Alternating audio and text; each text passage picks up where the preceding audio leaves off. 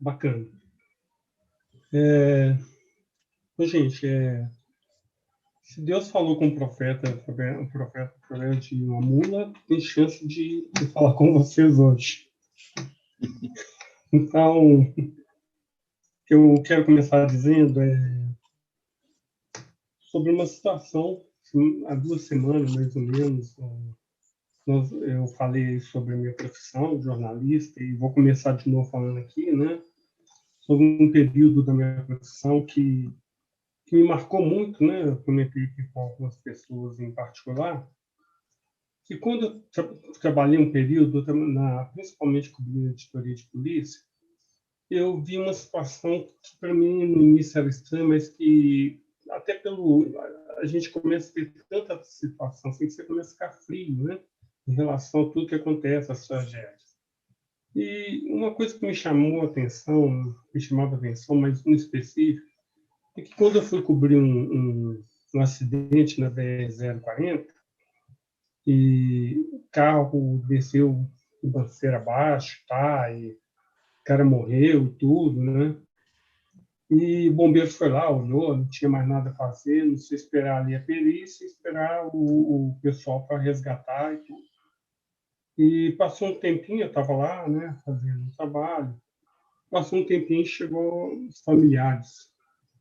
E eu lembro dessa cena direitinho, assim, o tempo estava chuvoso e ali as pessoas foram informadas, já estava morto, não tinha o que fazer.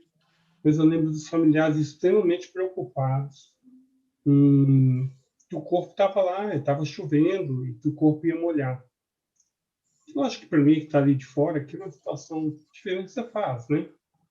O corpo está ali, vai molhar. Por que essa preocupação desse cuidado com o corpo? Bom, mais à frente, né, muitos de vocês devem ter acompanhado aí a questão da barragem de Brumadinho, né? E já tem 2 anos e uma coisa que os bombeiros continuam é fazendo buscas, né, sobre esses corpos. Já foram achados 259, faltam 11. E a gente às vezes está de fora e fala, para quê, né, cara? Mas a gente vê o lado da família, aquela preocupação do cuidado com o corpo, de querer o corpo, de querer os restos mortais, esse cuidado. Eu estou falando isso porque recentemente aí eu vi uma situação, um comentário, eu estava numa maratona de madrugada de cultos, né? Tem umas lives aí que os caras ficam falando várias pregações, eu vim e o cara falou um termo que eu achei muito interessante e que daqui a pouco eu vou falar sobre qual que é, mas eu queria também falar antes sobre uma busca milenar para muitos de um corpo que é o corpo de Jesus. Em Mateus 28, a gente vê, 11, 12, que os soldados foram subornados a dizer que o corpo foi roubado. E tem gente que até hoje, a gente vê vários filmes documentários, até hoje procura pelo corpo de Jesus. Por que eu estou falando isso? Porque sobre esse, essa pregação que eu vi uma pessoa falando sobre unção de Arimateia, a unção de José Arimateia. Nunca tinha ouvido falar tanto, né? Já Pedrão andando sobre as águas, não sei o que, multiplicando pão, mas Arimateia. Então, essa me chamou muita atenção, essa questão da Arimateia, porque o cara falou assim, que é essa unção que ele disse que o outro tinha? Que é a unção de cuidar de corpo morto, né? E eu pensei, meu Deus, existe isso. E antes de falar um pouco, né, sobre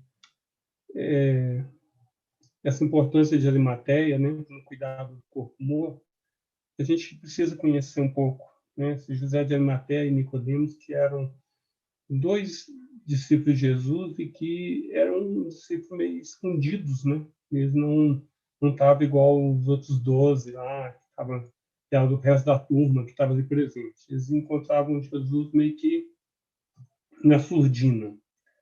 Então, vou pedir o Guilherme para pôr o primeiro slide. para a gente saber um pouco de quem que era José de Arimateia, né? E ele está nos 4 evangelhos, né? E em Lucas, né?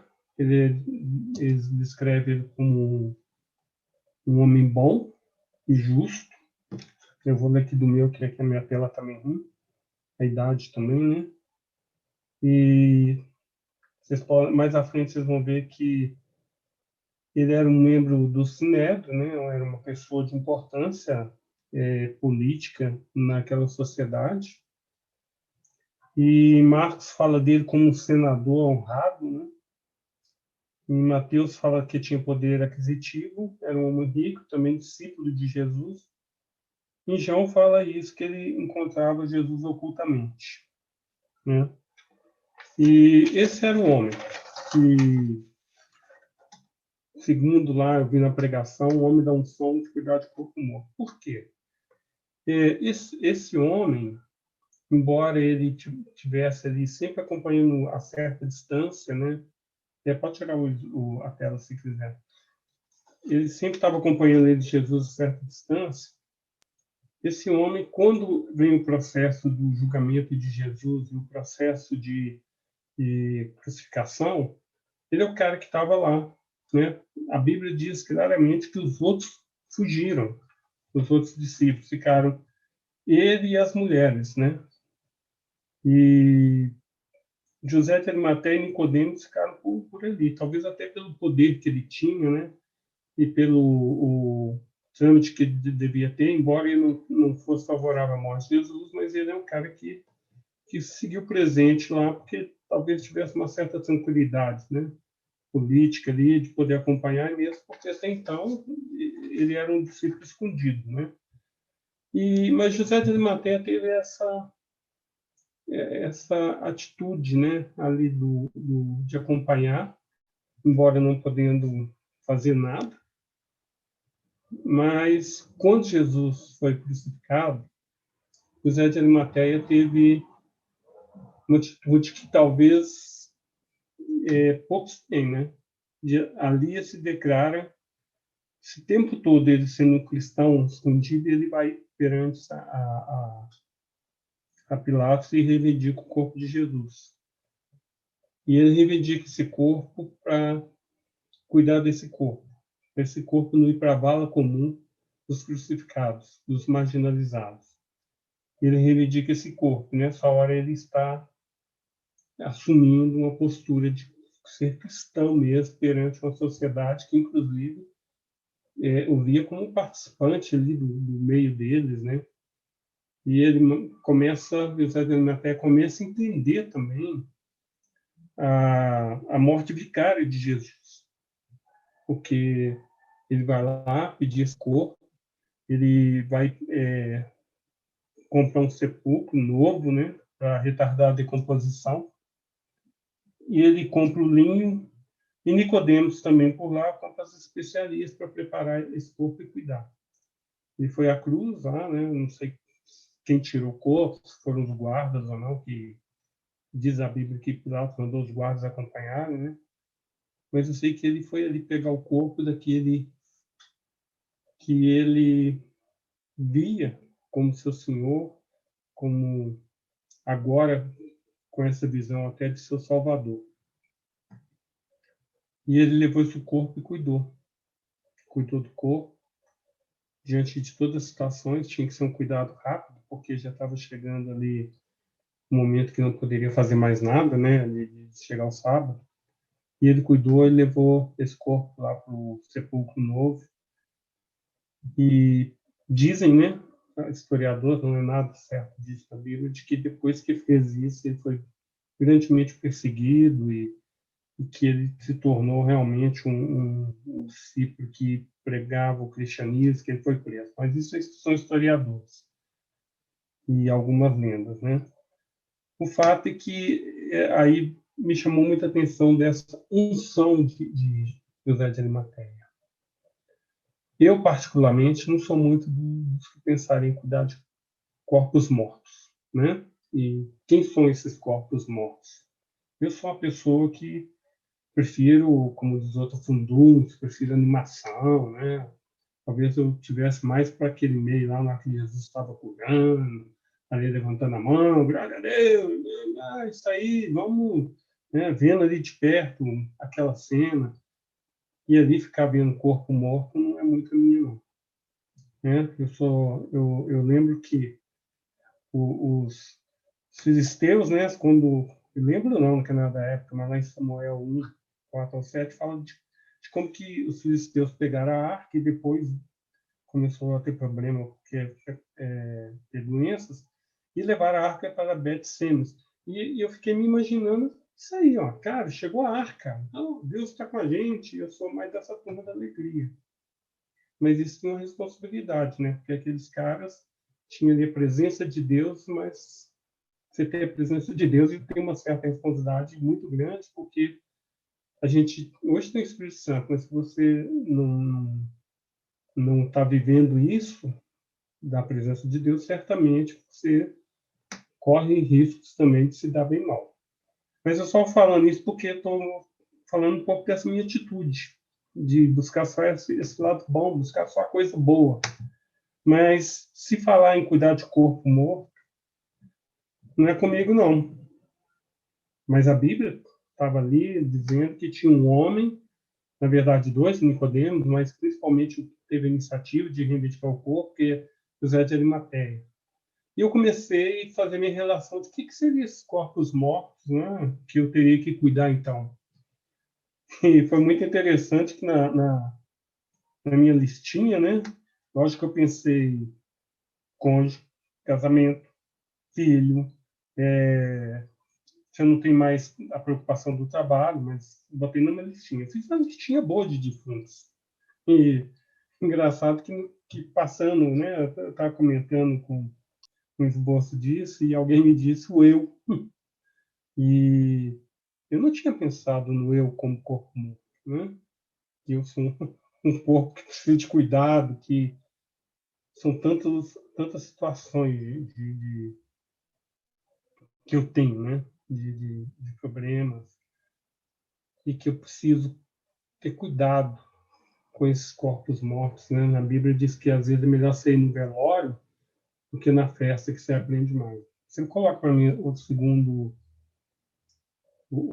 slide. Por que cuidar de corpo morto, né? A resposta está aí, né? Nós estamos falando dos milagres de Jesus e esse é um grande milagre, que é o milagre da ressurreição, da vitória sobre a morte, e que está escrito em Coríntios, né? Que primeiramente vos preguei aqui, que também recebi, que morreu por os nossos pecados, segundo as Escrituras, que foi sepultado e que ressuscitou ao terceiro dia. Não sei, sinceramente, eu não sei se aquele corpo tivesse sido jogado na vala, não tivesse sido cuidado com a Arimateia, se iria ressuscitar ali perante toda aquela situação, não sei. Mas eu sei que Deus mostrou para a Arimateia, cuide desse corpo morto, porque ao terceiro dia ele ressuscitou. Ele venceu a morte. Olha que feito. Olha que feito. Sabe? Isso, quando eu vi falar disso, me pegou muito. Me pegou muito. Porque quando eu olho minha vida, às vezes eu fiz tanta coisa ao longo da minha profissão, fiz tanta coisa ao longo da minha faculdade, fiz tantas coisas. Mas quantas vezes eu cuidei para que alguém pudesse ressuscitar? Para que alguém pudesse viver e vencer a morte? Se quiser tirar o slide. Então, isso começou, foi um grande questionamento na minha vida, porque eu comecei a ver o quanto que é importante esse cuidado.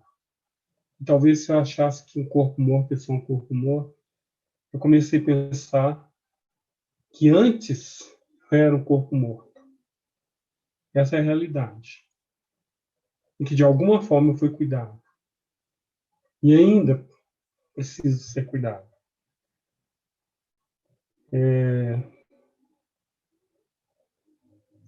Em Ezequiel 37, né, Deus dá aquela visão do vale de ossos secos. E o que Deus diz para Ezequiel, profetiza. E de repente que um monte de ossinho começa a ter músculos, peles, mas ainda continuava corpo morto, né? E aí Deus fala de novo, né, no sonho de Ezequiel. Profetiza para o espírito, né? E aí esses corpos ganham vida. E às vezes eu fico pensando, sabe? Quantas vezes eu deixo de ser um corpo vivo, né? Ressuscitado em Cristo, mortificado na cruz do pecado, para ser ir lá para dentro do vale de ossos secos, me sentir como uma cadeirinha lá de novo, que tomou, esperando alguém gritar, profetizar, como se isso já não tivesse ocorrido na minha vida, como se isso já não existisse. Ó céus, ó dia, eu sou só um monte de osso aqui, né? E tomara que não apareça nenhum cãozinho aqui, porque senão nem completo eu vou ficar. Mas é a realidade, sabe? Quantas vezes eu estou esperando ainda mais um grito de profecia, mais uma fala. Quem sabe alguém falando para aceitar Jesus de novo, né? Isso me pegou muito. Me pegou muito mesmo. Até quando, né? Mas é isso, sabe? Quando eu estou falando de que eu sou o principal a ser cuidado, eu achei umas dicasinhas em Romanos, que o Guilherme vai colocar a tela aí agora, de alguns cuidados, né? Que a gente pode ter aqui com o corpo morto, né? E eu pensando muito em mim. Né? Se o espírito daquele que ressuscitou Jesus dentre os mortos habita em vocês, aquele que ressuscitou a Cristo dentre os mortos também dará vida a seus corpos mortais por meio do seu espírito que habita em vocês. Romanos 8:11. Então, aquilo que eu estava falando, né? Essa fé essa certeza de que o Espírito de Deus vai dar vida ao meu corpo morto, seja ele por Covid, seja ele por o que for, seja morto pela adoração às coisas do mundo, seja onde que o meu corpo estiver morto, tem chances, né, de sair do carnal. Mas abaixo fala, não reine, portanto, o pecado em vosso corpo mortal, para que obedecesse às suas concupiscências. Certamente diz que o pecado o salário é a morte. Certamente, se tem uma coisa que vai deixar um corpo morto, é o pecado, e por isso, em Romanos aí de novo, está escrito não deixa reinar o pecado, porque senão o corpo vai ficar morto mesmo. E aqui, por fim, né, rogo-vos, pois, irmãos, pela compaixão de Deus, que apresentei os vossos corpos em sacrifício vivo. Né? Jesus foi sacrificado na cruz e morreu pelos nossos pecados, mas foi um sacrifício que trouxe a vida. Santo e agradável a Deus, que é o vosso culto racional. E não sedes conformado com este mundo, mas sede transformado pela renovação do vosso entendimento, para que experimenteis qual seja a boa, agradável e perfeita vontade de Deus. Bom, pode tirar aí, Guilherme. Gente, enfim, é isso. Eu não tinha muito a dizer, né? Realmente me pegou essa situação de assunção de Arimateia. Então, eu estava mais empolgado com o povo andando sobre as águas, o povo curando, né? Dividindo pão, fazendo pão. Eu estava de olho mais naquelas coisas e surgiu essa situação. E eu comecei a pensar em pessoas, sabe? Várias pessoas, que eu não preciso citar o nome, mas que a gente vê no dia a dia, que continua cuidando de corpos mortos. E que muitas vezes dá um desânimo, né? Eu fico imaginando aquele cara da funerária lá que tem esse trabalho. Esse cara, muitas vezes, eu conheci um que morava perto da minha casa.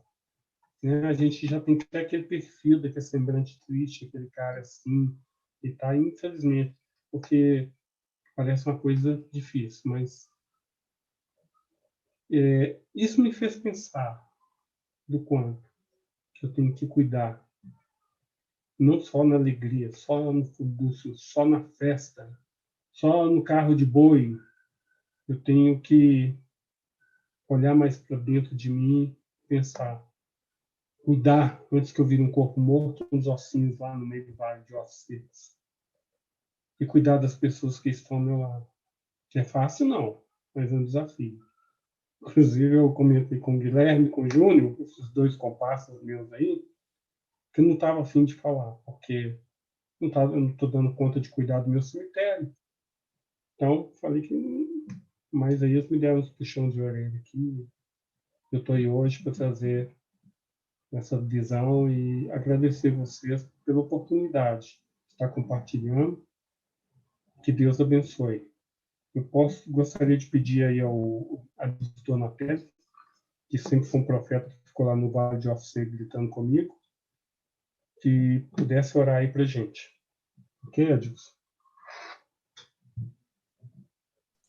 Abre seu microfone. Ok. Santo Deus e Pai, eu sou muito grato pela vida do Landerci, pela forma que o Senhor tem cuidado dele. Muito obrigado porque um dia ele se tornou um novo homem, ele ressuscitou em Cristo e o velho homem foi pregado na cruz. Te peço que ele possa viver em novidade de vida, uma vida abundante, uma vida que de fato vale a pena. E te peço que nós todos nos lembremos que o nosso velho homem ficou na cruz e que nós também devemos viver agora em novidade de vida como seus filhos e que nós possamos, nesse mundo, ser luz e ser sal, Senhor. Muito obrigado por tudo que o Senhor tem feito por cada um de nós. Pelo cuidado, Deus. Amém.